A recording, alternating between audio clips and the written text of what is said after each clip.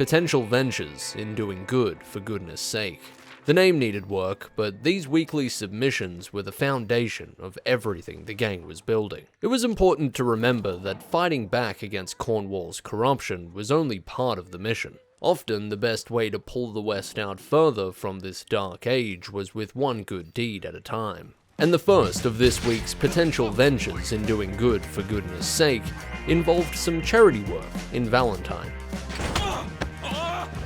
The group had been requested to assist in the transfer of some funds from the Bank of Valentine to the city of Saint Denis, and that was really no problem at all. In fact, it was a pleasure. It was a noble task, and the only trouble the gang ran into were a few undesirables who attempted to swipe the cash for themselves. But simply riding away and disengaging was enough to render the venture a kill and knockout-free success.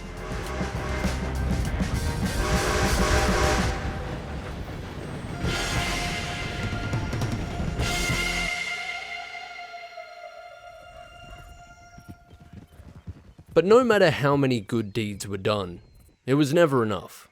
The job was never finished, so long as Cornwall continued his potential ventures in spreading evil for the sake of, well, Arthur wasn't quite sure. Motivations aside, the Cornwall problem grew bigger by the day. The ambushes were getting larger, the adversaries more dangerous. Money might not be able to buy happiness, but it sure as hell could purchase Cornwall as many soldiers as he wanted. But gaining allies was not as simple as a flash of cash for the gang. Forming alliances was a dangerous task. You never knew who was in Cornwall's pocket, or who might be untrustworthy in their own right. The goodwill of strangers was unfortunately hard to rely on, and while some meaningful partnerships had been made, there was no denying the gang was undermanned for the road ahead. Simply put, the process of reaching out was a necessary, yet perilous part of the journey.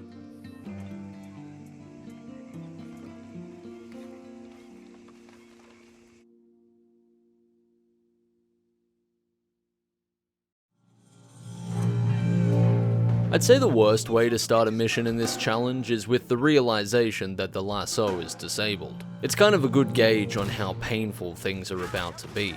We had an old man in peril, a saloon full of murderous drunks to deal with, and no lasso.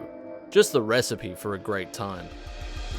Don't get me wrong, I did try escaping out the back door like all of this wasn't my problem at first, but the hallways were all blocked by the terrified non-drinkers in the house. My only choice was to turn around, push through the intoxicated blockade, and save the old man from certain death. The first problem though was that I couldn't quite get to him. There was some sort of force pushing me back. It seemed the enemy holding Hosea was so drunk that the stench of his breath acted as some sort of invisible wall. I just couldn't push through it, and if I tried to, Hosea would be launched headfirst into the floorboards below.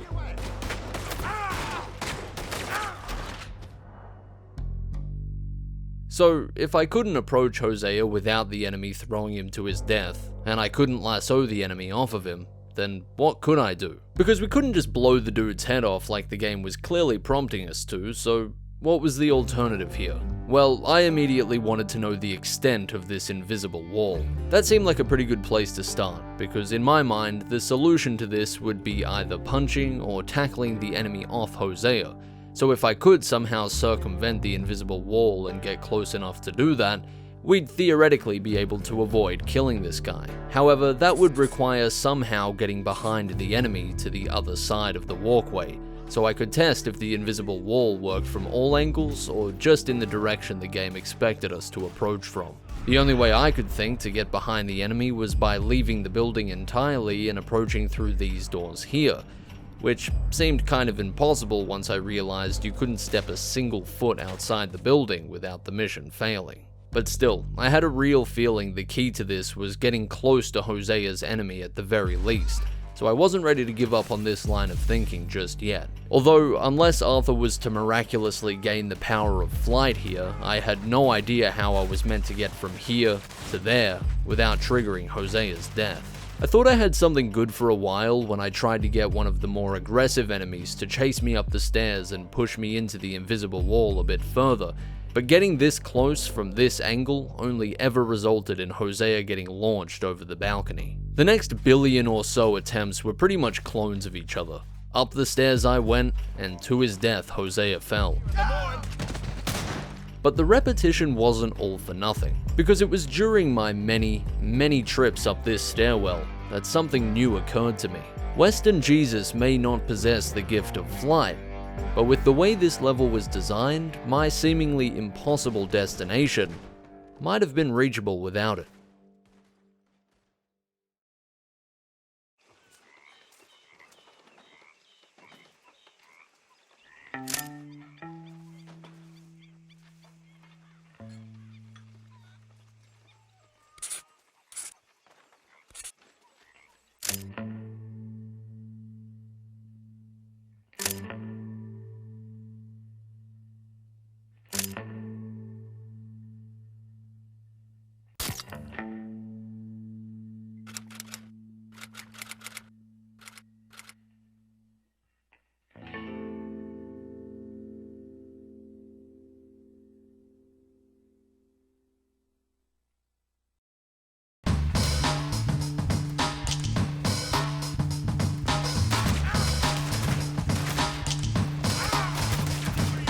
Thanks to the architecture of this saloon, I found that it was possible to use the stair rail to clear this gap and set foot on the other side of the balcony, which finally gave me the opportunity to test the extent of this invisible wall of stench. My hope for success in this mission had been sparked again thanks to this find, and the fire was well and truly burning when I realized that the invisible wall was indeed only active from the intended direction. But this discovery did come with a caveat, because despite being able to get right up close with Hosea and his drunken manhandler, I couldn't interact with them in any way. I couldn't punch the enemy off Hosea, I couldn't tackle him, I couldn't pistol whip him, I couldn't stab him, grab him, antagonize him about his stupid haircut, nothing. This guy might as well have been a stone statue to me, which was going to complicate things a lot. And to make matters even worse, I still only had a certain amount of time before Hosea would be shot and killed instead of being thrown, forcing me to restart the checkpoint and make my climb again. Now, while the climb would be painful sometimes, that was far from my main concern. With every attempt, it became clearer and clearer just how hard baked in it was for this enemy to be shot in the head for Hosea to be freed. In fact, even a shot in the toe with the weakest weapon in the game would do it, because what we had on our hands here was yet another cinematic death enemy. And when it comes to NPCs that are scripted to die this way, it usually means one thing. Rockstar is really determined for you to see their neat little cinematic. So much so that any weapon damage inflicted by the player will kill them. Now, I've dealt with enemies like this before, most recently with the Gatling guy, so I knew at the bare minimum I'd probably have to knock this guy out.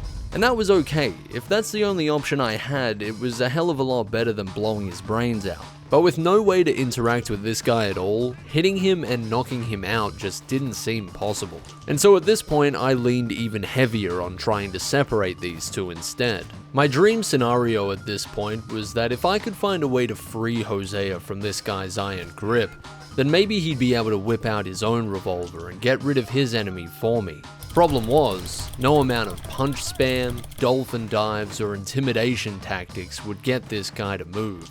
Jesus, just can't get rid of you, can I? And on top of that, I had to fight for my own life a lot of the time against every other raging drunk in this place. Particularly this enemy, who was just a little different to all the others. A little more aggressive. Actually, he was the only one who would follow me all the way to the other side of the balcony just to shoot me. And while it was annoying at first, after just a few violent disruptions from this guy, his determination to get to me sparked an idea. I'd confirmed that I myself couldn't move these two, but what if another NPC could? On my next attempt, I put this theory to the test by riding the stair rail, jumping the balcony, and squeezing myself between Hosea and his immovable manhandler. Then, right on cue, the brute made his way up the stairs in pursuit of Arthur. He crossed the landing, stomped closer and closer, until he stood right beside us. And this time, when he went to attack me, I got a very different result. In his attempt to pistol whip me, he had also pistol whipped Hosea, which finally broke him free from his captor.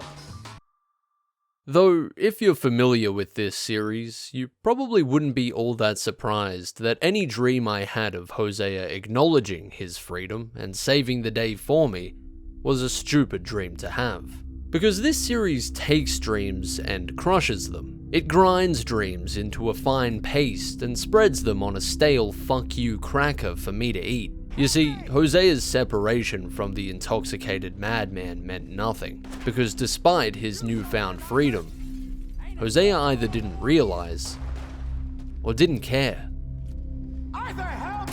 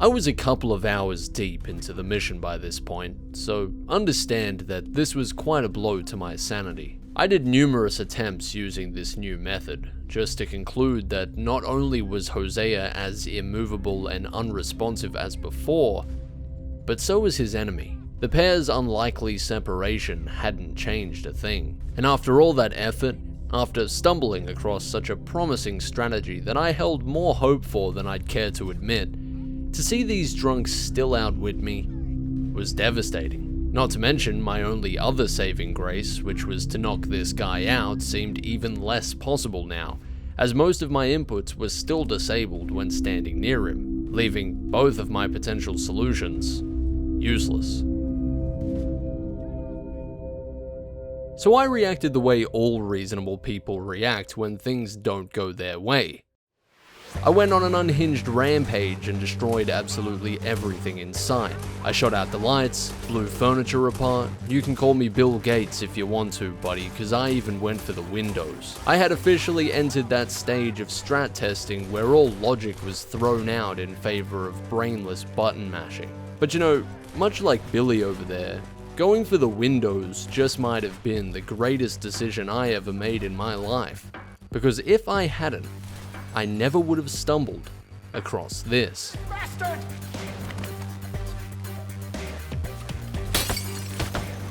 Thankfully, it seemed my destructive temper tantrum hadn't been for nothing, because this was good. I'll admit it doesn't look like much at first glance, but I immediately knew that I had just accidentally discovered something with huge potential. When standing next to a glass object with a weapon equipped, I realized I was able to perform a melee attack. Which again, seems kinda useless at first, but if you'll focus your attention over here for a moment, you might notice that the problem in question is positioned conveniently close to a window. Now, if I approached this window and began pistol whipping alone, this wasn't much help at all. However, if I pistol whipped the glass while holding S to turn around, the pistol whipping motion would continue despite Arthur facing away from the window. So the revolver just continues on its downward path, and miraculously, directly hits Hosea's enemy, breaking his grasp and causing them to separate.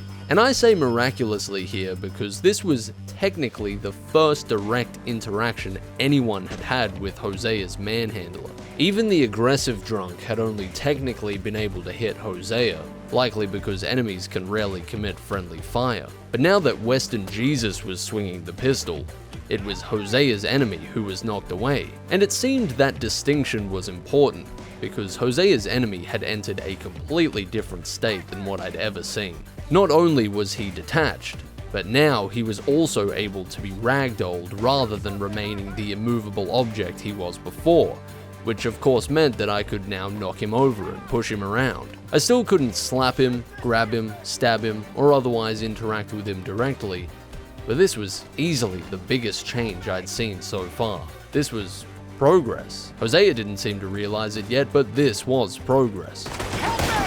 I had the idea that if I was to position this guy close to a window again and continue pistol whipping him, we may have unlocked the option to knock him out instead of killing him, which alone was huge. Now this is finally getting fun. But still, I wasn't quite ready to accept the knockout just yet. No, thanks to my stubbornness, I dabbled with a few methods of avoiding this potential KO now that we could move this dude around after pistol whipping him. And by dabbled, I mean I spent hours trying to push him outside the mission to see what would happen,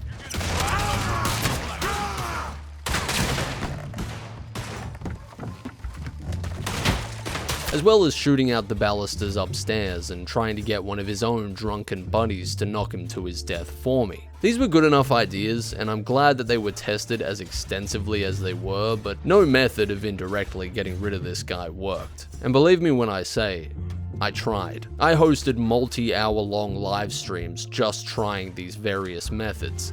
But despite my efforts, it seemed that this was just one of those moments where the game refused to let me have my cake and eat it too. Against all odds, I now potentially had a way to knock this enemy out rather than shooting him in the face, and all things considered, that wasn't a bad position to be in. And so, by combining everything I'd found so far, I got myself in position, pistol whipped the enemy off Hosea, and finally, finished the job. Do something, Arthur! Arthur!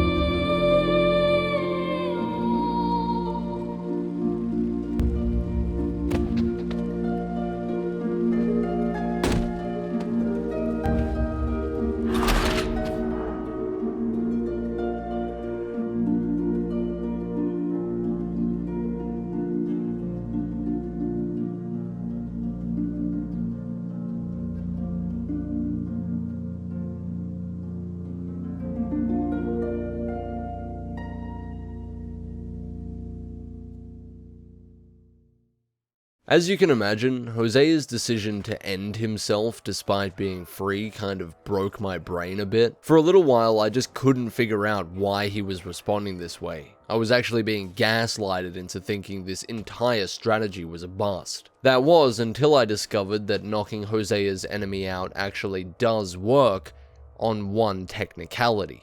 You must KO him at a different window. It specifically cannot be at this window, or Hosea will launch himself to his own death in slow motion. As usual, don't ask me why this is the case, ask Rockstar Games why this is the case, because I failed to see the sense in any of this. But regardless, with this strategy nailed down, we finally found a way to bypass Hosea's enemy without killing him, and as a result, we could finally move on for real. Get off me! This way!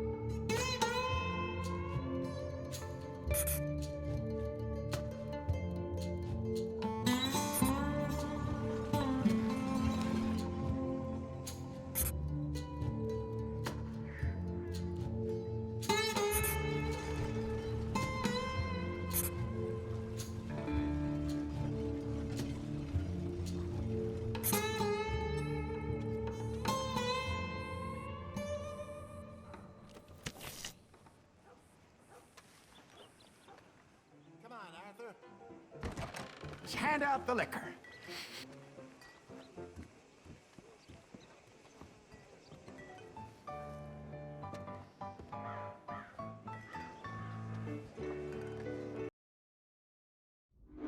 It's said that there is more than only one layer of hell, and it seemed all we'd done is moved on to the inner crust. Arthur and the old man made a move to escape, but two more raging drunks stood in their way, guns in hand and murder in mind. At first I tried just breezing past them, but there was yet another invisible wall of stench blocking the way. I couldn't even get close enough to interact with these guys, let alone to escape completely, and worst of all, Hosea stood idle against these enemies too. Do something! Fight back! An invisible wall, enemies that couldn't be reached, and a companion who was unable to offer any help. I was reliving the nightmare, only this layer of hell actually seemed to burn a little hotter than the previous one. Once again, the enemies stood completely out of my reach, but this time there was no rail to climb, no balcony to jump that would grant me access to them. There was but one way forward, and until these two were dealt with, I seriously doubted this invisible wall could be circumvented like the previous one was. And then there was Hosea. The man hadn't done a thing except stand there throughout this entire ordeal, and this phase of the mission was no different. I figured he must have been traumatized into catatonia after his manhandling, so I shifted my focus to getting his head back in the game. I thought maybe if I threw a stick of dynamite at him, he might start moving and even...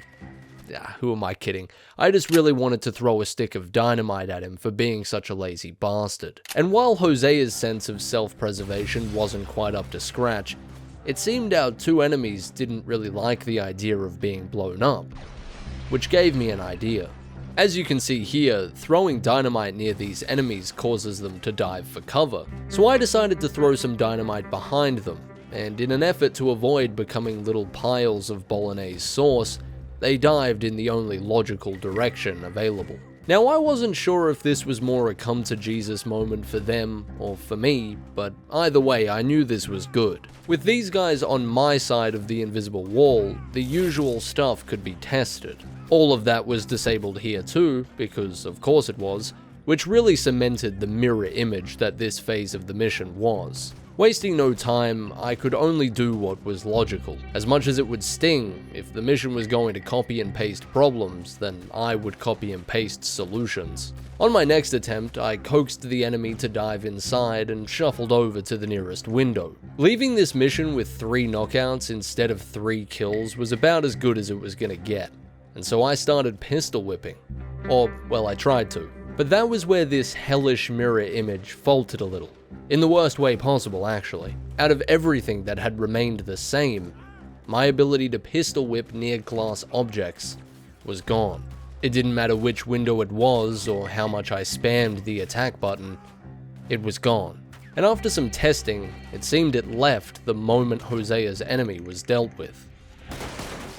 What a load of crap this is. Now, for the sake of completeness, I want you to know that I at least tried everything I could think of here, as well as everything the live audience could think of too. But this really was a mirror image of the first phase, just with harsher components and one less game mechanic at our disposal. This was a full-on dead end, seemingly with only one painful way through. And so, what? I was meant to shoot them? To murder these two innocent men in cold blood? A drunken fool needs a bed and a bucket, not a bullet and a funeral. It didn't feel right. In fact, none of this felt right. The boys had encountered many a saloon full of veteran drunks during their travels. Veteran drunks who could sip an ocean of moonshine down to the driest trench and still get up for work the next day. By comparison, the Rhodes Saloon had become so gravely intoxicated so fast that they had completely lost control of themselves, and their want for more, it was like nothing Arthur had ever seen. None of this seemed right, because none of it was. The two men in front of Arthur would die. They would die by means that I'm not entirely sure even fit into any rule set or moral compass we've set for this journey so far. They would die by a method so unconventional, so unfortunate, that I'm going to leave the verdict of their death up to those who observe it. So look close.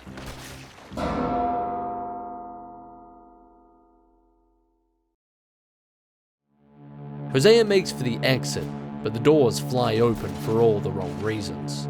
It is here that Arthur equips himself with a stick of dynamite, but this time, it isn't thrown behind the enemies. Instead, it's placed in front of them. Arthur takes cover behind the table, and within seconds,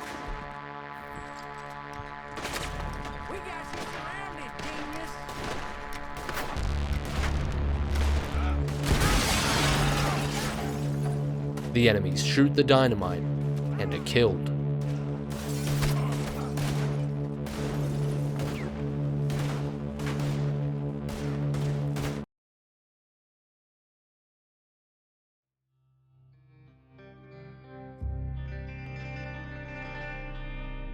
When this strategy was first suggested to me, I was of course against it. Me using a weapon to create a hazard that wasn't there previously, it just seemed ridiculous. There was almost no room for debate. Any deaths that would result from that would be the player's fault. But the more I thought about it, the more this strategy shifted into the grey area. Because I have completed missions without kills using similar methods in the past, particularly when a campfire was set up for Kratos to walk himself into. That was never counted as a kill, and I think rightfully so. While slightly controversial, the degree of separation from the player here was enough for me. I did set the campfire up, yes, but the pathing for NPCs is more than competent enough for them to avoid hazards like this. It was the determination Kratos had to beat me to death that walked him into the flames multiple times. Additionally, the campfire itself is not a weapon. It's a tool that becomes a part of the environment once it's activated. If I was to traverse dangerous terrain with an enemy following me, desperate to kill me, and that enemy happened to tumble down a cliff, I would not consider that a kill on our part. Similarly, if I was to flee from an enemy who was chasing me, and they happened to run into the path of a speeding locomotive, I don't believe the blame could be laid at Arthur's bare feet. This of course has its limits though. To tie someone up and place them on the tracks would be outright murder. If I grabbed the enemy and shoved them off the cliff, that too would be my fault. If I'd have set the campfire, grabbed Kratos, and held him to the flame until he melted into a steaming heap, you get the idea. However, this was undoubtedly different, if only slightly. The campfire's intended purpose is to give the player a place to cook, to sleep, to fast travel. The intended purpose of this stick of dynamite is to destroy, to dismember, to kill. But is simply creating the hazard enough for it to count? The dynamite was placed by the player, but never ignited by the player. It was the enemy who fired their gun and the enemy's bullet that ignited the TNT, resulting in the explosion that would kill them both. After additional testing, I also found that the game itself does seem to make a distinction between the two situations. Because when the dynamite is ignited by Arthur, the subsequent explosion not only kills the enemies, but it also kills Hosea, instantly failing the mission. However, when the dynamite is shot and ignited by one of the enemies, Hosea is knocked over, but is guaranteed to survive.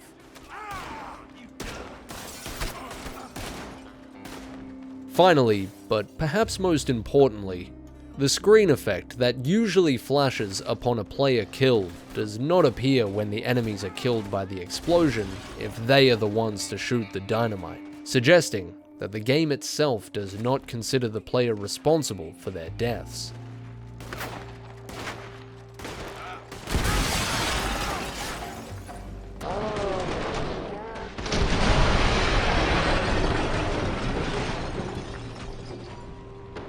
The other side of the argument is much simpler. The tool used is a weapon. It's listed as a weapon and fulfills the purpose of one. There is no denying that if the dynamite, the weapon, was not placed in that position to begin with, the enemies would not have an explosion to set off, and therefore wouldn't be dead. However damning and direct the only other alternative might be here, the end result is the same. Now, I obviously have a preferred result here, but I don't think that my opinion and my judgment alone is good enough to decide on this definitively, because I think that this result sets a precedent for the rest of the challenge. While this method would obviously never become my go-to for any situation, if this is acceptable here, it's acceptable wherever it might be the only option available. So the final decision, the final verdict, will ultimately be left up to you. Does this method count as 2 kills? Or is it far removed enough that Arthur can be absolved of their deaths? All I ask is that you do me no favors in your decision making. I'm looking for your honest verdict.